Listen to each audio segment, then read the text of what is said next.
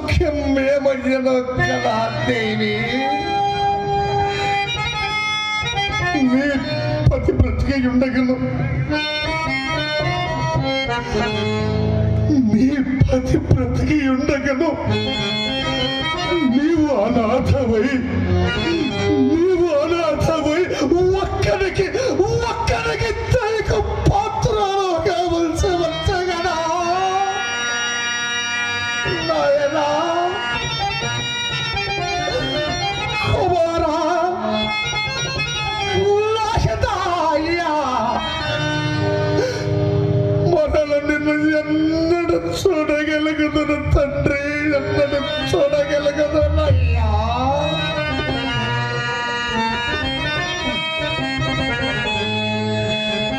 దాసదాసి జనంబుల చేతుల నుండి అడుగుడబెట్ట నీకు మిగులంగా మమ్మను పెంచిన నిన్నిట్టి నిష్ఠురతంబగు దాస్యమునకు అప్పగించుతుంది కదా.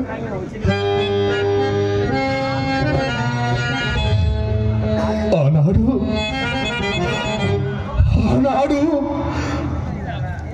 నా భార్యాపుత్రులని కాలకౌశికునికి విక్రయించినప్పుడు దాసి కదలమని ఆ పారుడు తన తల్లిని అదలించినాడని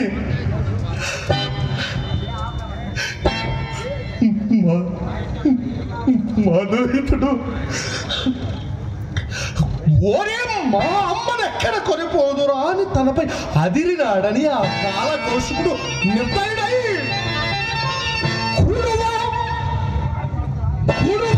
కూటికి లేకపోయినను నీకు రాజ సంబంధ హెచ్చడరా.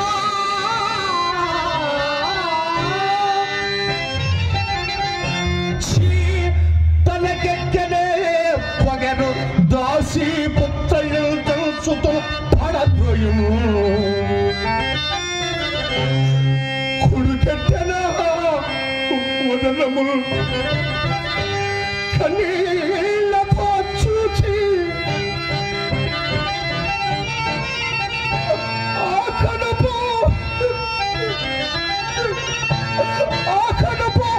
రప్పపు కోతతోను అది కాకుండగా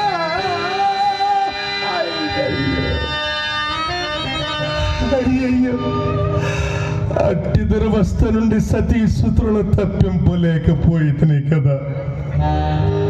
నాకై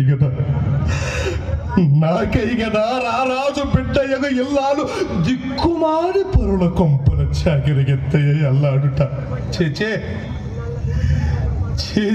కఠినాత్మ హరిశ్చంద్ర, నీవు నిక్కముగా కిరాతనకు జన్మించవలసిన వాడవే, కిరాతనకు జన్మించవలసిన వాడవే. అకటకట ఎంత వైపరీత్యము జరిగినది. బ్రతికి ఉన్నంత వరకు దేవిక దాస్య దుఃఖమును నాకి కాటి కాపరి ఉద్యోగము కూడా అవశ్యానుభక్తములే కదా. అకటకట మంద భాగ్యుండనైన నా చిత్తమునకు శాంతి ఎప్పటికీ ఇక శాంతిగా ఏమున్నదిలే. నానాటం పరిపాటి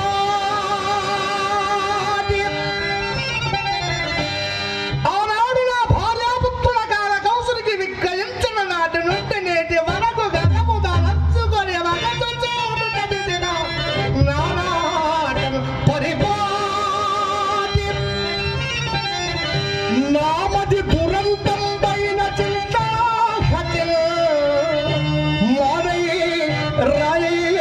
వజ్రమై స్వగుణ ధర్మం పైన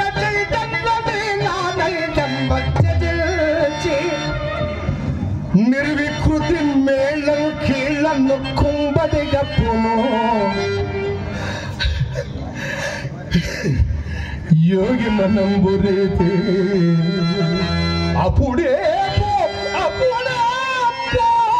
శాంతి నా చింతకు